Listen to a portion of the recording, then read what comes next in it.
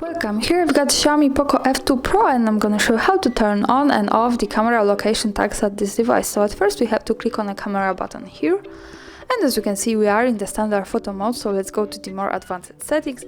We can do it by tapping on the right corner button here. And from here we have to move to the settings at the left corner, and by tapping on this, we get access to the advanced camera settings. Now we have to slide down to the general settings here, and at the first position here we have the safe location info, so by tapping this button we can easily turn it on and off like that. This is how it works. And also the important information here is that to make it work and really save our location of the picture, we have to be connected with the internet, for example the Wi-Fi, and we have to turn on the location tags of this device.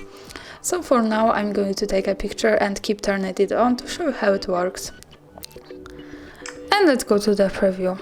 And as you can see, this is our picture. By tapping on this, we get access to advanced settings in the gallery.